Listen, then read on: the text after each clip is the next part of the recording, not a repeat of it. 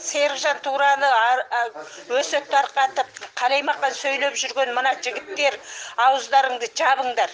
Біз осы ата жұрт осы Серікжан болмасақ, жоқтаусыз қалған, бүтін қиналып жатқан қазақтарды қайдан жоқтар едік. Осы Серікжандан не ала алмай жүрген өштерің бар. Серікжан бола алмайсыңдар, өлі қалсаңдар да. Серікжан болу сендерге жоқ нәрсе, жазылмаған дүние. Қарғыс атсын осы бүтін қамалып жатқан, бүтін ойғыр қазақтың туын көтеріп жүрген Серікжан сендерге күн жоқ деген, күн деген дүние қаран. Осы қамалып жатқан қалың қазақ, қалың ойғыр, қалың мұсылманның қарғысы көз жасатсын, ит жошқан емедер. Үйдеріңде жып-жылы үйде жатып алып, қарға шықсаң, далада тоңасың. Үйде жат тапқан пәлең осы ма? Серікжан әкедеріңді өлтірді ма? Недеріңді тартып алды? Серікжан бүтін халыққа қалқан, бүтін тозып жатқан қазаққа жоқтаушы болғаннан басқа не жазығы бар?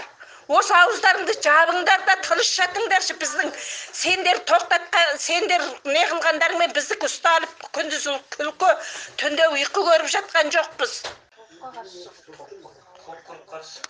Кімсіңдер? Мына топ боп қарсы шығып, Серікжанға қарсы шығып отырған топ бар ғой, жоғалыңдар, көздерің жоғалсын. Егер жоғалтпайды екенсіңдер, осы жерде біткен мына жылап еңіреп шулап отырған, жетім қалып, жесір қалып отырған қатындарды ертіп бастарыңды қағайырам, білдің бе? Кім болсаң о бол. Соған не дейін, барамыз біз сендердің. Әйтпесе ауыздарыңды жиып тыныш отырыңдар. Жатсаң үйіңде тыныш жат. Қолыңнан боқ келмеген неме, оттамай. Ұқтың ба?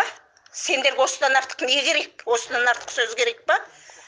Оң құлағыңмен тыңдап, ата жұрттың аузың алмай тынышыңа жат.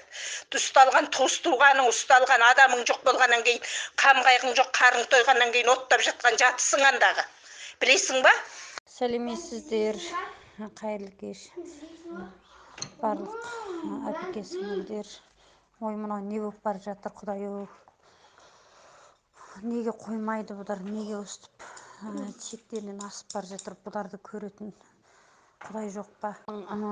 Басынан оқыдым, аяқ жағын оқи алмай қойдым, көзім ауырып ше. Алайын екен, сүрке алып мынау.